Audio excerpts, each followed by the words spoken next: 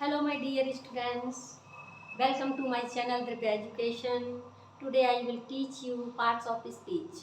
How many kinds of part of speech and what are parts of speech.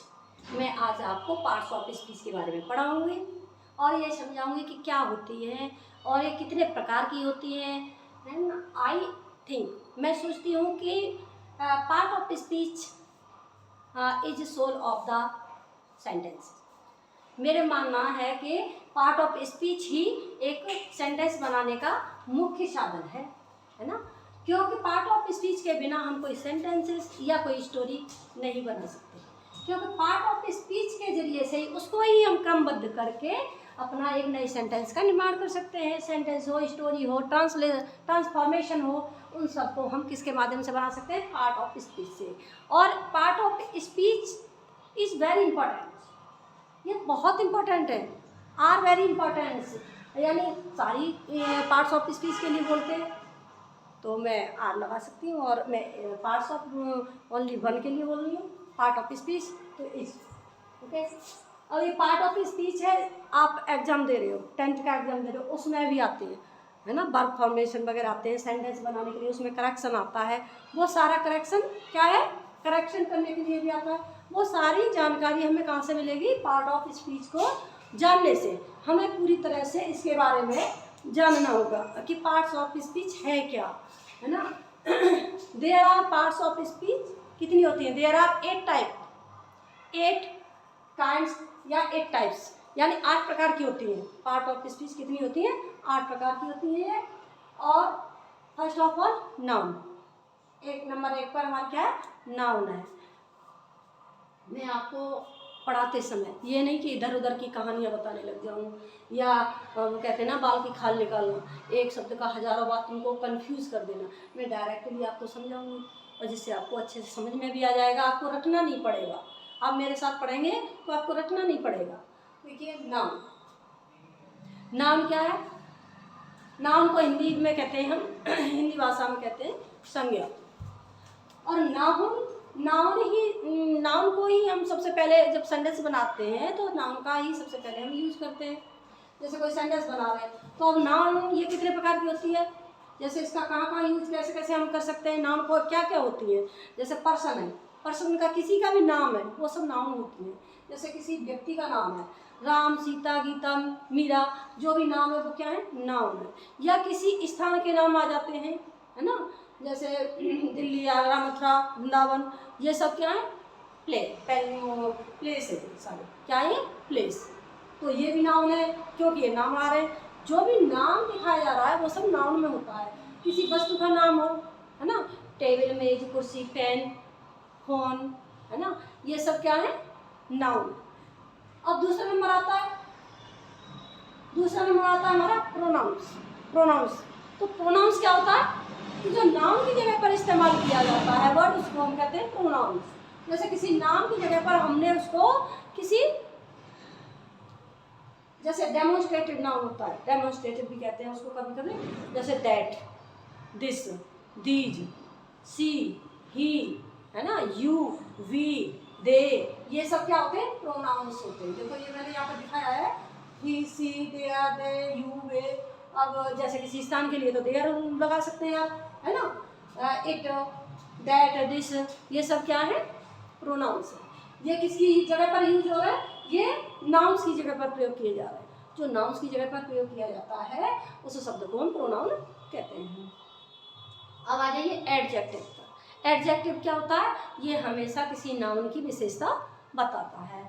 जैसे good girl, है ना, bad boy, good boy, है ना, beautiful girl, handsome boy, pretty girl, ये सब क्या है? जैसे किसी की विशेषता बताना। अब हमने यहाँ पे लड़की की, लड़के की, किसी की भी विशेषता हो, जैसे टॉल, है ना, थिन, शॉर्ट, है ना, तो इस तरह से ये क्या है? हमारा एडजेक्टिव होता है। एडजेक्टिव में क्या? किसी नाउन की विशेषता बताई जाती है। और हमेशा ज़्यादातर एडजेक्टिव से पहले हम दा का यूज भी करते हैं, आर्टिकल दा का यूज करते हैं हमेशा एडजेक्टिव से पहले। जो डिग्रीज में आता है, जो डिग्रियाँ बनाते हैं ना, उसमें ये आता है कि एडजेक्टिव सुपरलेटिव डिग्री होती है, उसमें हम दा का प्रयोग एडजेक्टिव से पहले करते हैं। अब आ जाइए वर्ब पर।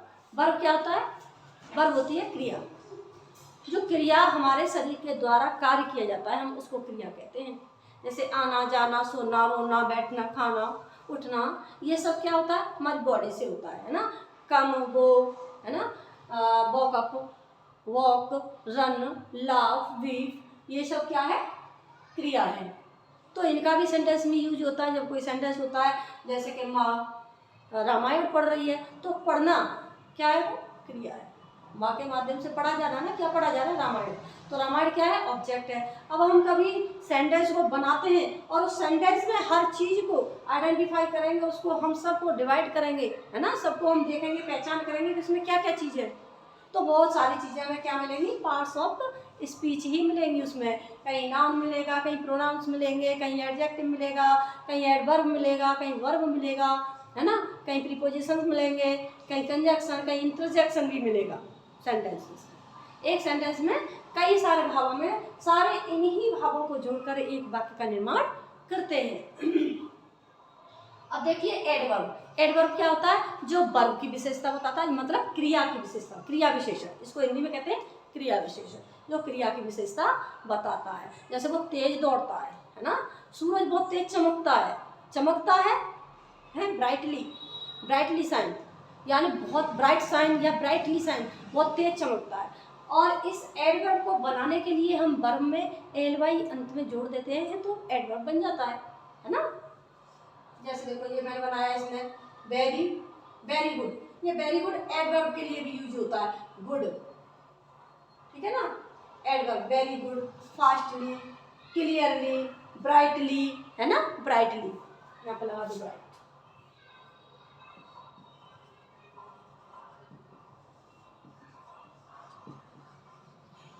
यानी ब्राइट में हमने एल वाई जोड़ दिया, है ना, तो क्या बन गया वो? ब्राइटली। तो इस तरह से हम एडवर्ब, एडवर्ब समझ में आया? क्या है एडवर्ब? क्रिया विशेषण, जो क्रिया की विशेषता बताता है। अच्छाई या बुराई, दो ही गुण होते हैं, अच्छा या बुरा, लंबा या छोटा, ब्लैक या व्हाइट, है ना। तो इस तरह से हम, ये एडवर्ब हो गया आपका कंप्लीट। अब आ जाइए प्रीपोजिशंस। प्रीपोजिशंस, प्रीपोजिशंस क्या होते हैं? संबंध सूचक वाक्य। ये हमारा संबंध, मतलब किसी से बताते हैं हम किसके लिए जा रहे हैं, कहाँ से आ रहे हैं, तो वो जो संबंध है हमारा, जैसे हम आगरा से आए, है ना, तो कम फ्रॉम आगरा। फ्रॉम है क्या? फ्रॉम क्या है? प्रीपोजिशन है ना। आई गो टू स्कूल, मैं स्कूल जा रहा हूँ, तो मैं कहाँ जा रहा हूँ? टू स्कूल, है ना, स्कूल के लिए जा रहा हूँ, तो वहाँ पर क्या? टू। अब मैं किसी के अंदर एंट्री कर रहा हूँ, आई कम इन टू द रूम, मैं कमरे में आ रहा हूँ, मैं कमरे में आता हूँ, आई कम इन टू द रूम। तो इनटू, किसी के अंदर जब हम एंट्री करते हैं तो वहाँ पे इनटू लगाते हैं। I jump into the river, I jump into the river, मैं नदी में छलांग लगाता हूँ या मैं नदी में कूदता हूँ, है ना। तो जब किसी गतिमान होता है, कोई गतिमान गतिशील चीज़ होती है, किसी ऊंचाई से या किसी में एंटर करना, तो वहाँ इनटू का यूज़ करते हैं। तो इनटू, टू, एट, है ना, ये सब चीज़ें क्या है? प्रीपोजिशंस है। फ्रॉम, सिंस, फॉर, है ना, ये सब क्या है? हमारे प्रीपोजिशंस। ये भी हर सेंटेंस में हर जगह यूज होते हैं, है ना, क्योंकि इनको हम एक दूसरे सेंटेंस को उसका संबोधन करते हैं उससे, उसके जरिए से, कि इसका काम इसके जरिए से होगा, है ना, तभी तो इसका यूज करेंगे। अब देखिए आगे देखो कंजक्शन। कंजक्शन क्या है? जैसे आप डायरेक्ट इनडायरेक्ट स्पीच बनाते हो, है ना, तो उसमें हमें एंड, दैट, वट, वहाँ पर हम जैसे किसी सेंटेंस को डायरेक्ट स्पीच बनाते समय जब कॉमा को हटाते हैं तो हम क्या यूज करते हैं? दैट, है ना, दैट का यूज करते हैं ना। तो ये क्या है? कंजक्शन। ये किसी को जोड़ने वाला होता है, और किसी को, जैसे मैं और तुम, आई एंड यू, है ना, मोहन एंड सोहन, मीरा एंड सीमा, है ना। और जैसे बट, आई, जैसे मैं वहाँ गया लेकिन मुझे वो नहीं मिला, I go there but he did not meet me, है ना। तो इस तरह से इनका क्या होता है? एक शब्द को दूसरे शब्द से, मतलब नाउन को नाउन से जोड़ना, या नाउन को प्रोनाउन से जोड़ना, प्रोनाउन को प्रोनाउन से जोड़ना, ये जोड़ने का कार्य करता है। क्या करता है?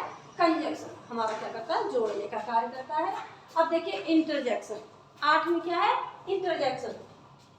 तो इंटरजेक्शन क्या है? ये कोई जैसे आश्चर्यजनक चीज है, कोई भी घटना है घटित हो गई है, या कोई अच्छी खबर मिली हमें को, जैसे कि तुम्हारा इंडिया और पाकिस्तान का मैच इंडिया ने जीत लिया है ना, या कोई घटना घटित हो गई, तो वहाँ पे हुर्रा, हुर्रा मतलब खुशी के लिए, अलाश दुख के लिए, है ना, सो सैड बड़े दुख की बात है, वंडरफुल, है ना, ऐसे शब्द यूज होते हैं। ये होता है आपका इंटरजेक्शन। इंटरजेक्शन में हम आश्चर्यजनक सारी घटनाएं होती है, हमारे भाव दिखाए जाते हैं। वहाँ पर क्या दिखाया जाता है?